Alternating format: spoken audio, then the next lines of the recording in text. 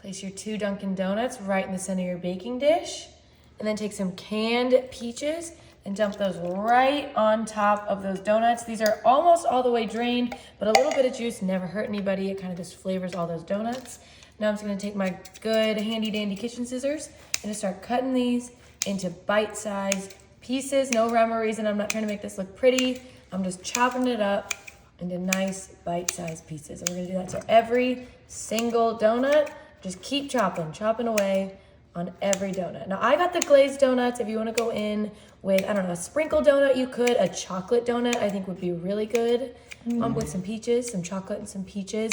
The only ones that I think I'd stay away from, jelly-filled donuts. I think that would get a little bit messy in this process, but glazed is just my favorite. I think a nice little like peaches and cream flavor a little bit with a glazed donut. Once all your donuts are nice and chopped up, I'm just gonna chop a few of these peaches. Ooh, they're slippery.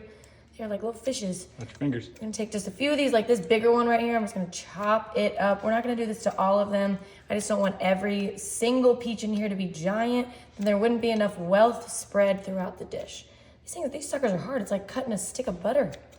And then I'm gonna flatten these down to the bottom of my baking dish. This is gonna be the bottom layer. Now to a bowl, take 1 stick of melted butter. This is salted butter. I like a little salt in my butter, but if you wanna go unsalted, that is fine. I have 1/2 cup of flour, just all-purpose baking flour. Now a little heavy whipping cream. I don't know the measurement for this. I'm just gonna do about 1, 2, 3, 4-ish capfuls. Now this is where the goodness comes in. A little bit of nutmeg. I don't know how much, maybe a couple teaspoons. Just really packing it in there. I love me some nutmeg, especially in the fall. It just warms the heart. And now we have a little bit of ground cinnamon. Again, a lot of ground cinnamon. If you don't like cinnamon, you don't have to add a lot.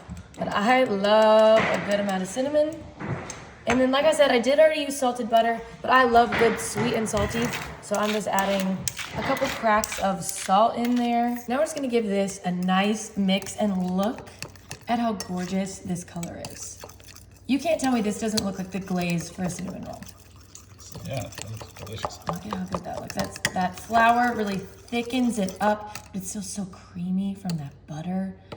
And this smells, I wish y'all could smell this at home, that cinnamon and that nutmeg, so delicious. And now we can bring back in that baking dish, and now we're just gonna pour this right on top of those donuts. It's a little thick, so give it a little shake. It's almost like gravy thickness when you make a good homemade gravy.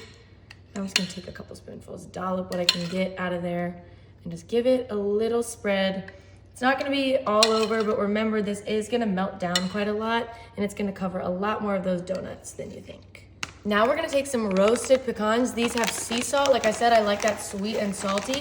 If you don't like pecans, you could do peanuts, you could do cashews, I think would be really good. This crunch is just so delicious, and I think peaches and pecans are one of the best fruit and nut combinations ever. So in this house, not optional, but in your home, if you wanna make it optional, that is fine. Just know I'm gonna probably judge you a little bit if you tell me that you didn't add the nuts.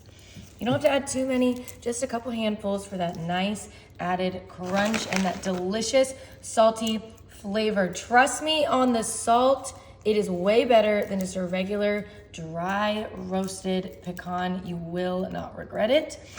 And now for some light brown sugar. This has a lot of sugar in it already, so we're going with the light because it is less calories, and we don't want to overload the calories on this thing. I'm just gonna take a fistful and just sprinkle this right on top. This is gonna turn into the most delicious, light, low calorie brown sugar crust and glaze on top.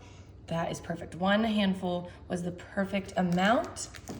And then I like to top mine off with just a little bit more cinnamon so you really taste that flavor right on the top. Just lightly dusting it, just letting it snow right on top. You can't tell me that this doesn't look and smell like fall. I know you guys don't know that it smells like fall, but I promise that it does. We're gonna pop this into the oven, preheated to 350 degrees, and bake until golden brown.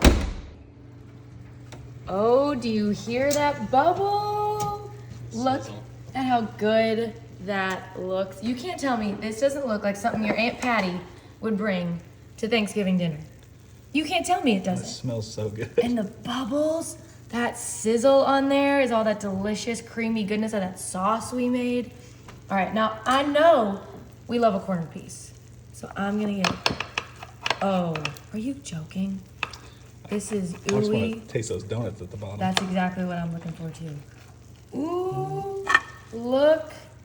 Are you kidding? Look at that. That is how you know. Look how clean that came out. Nothing stuck. We didn't even have to grease this. That is how delicious this looks.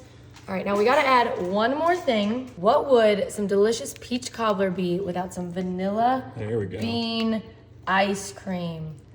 One big scoop right on the side. Oh, she's a little sticky. And look at this. This is gonna be the #1 hit at your next fall festivities, your next fall girls' night, or Thanksgiving.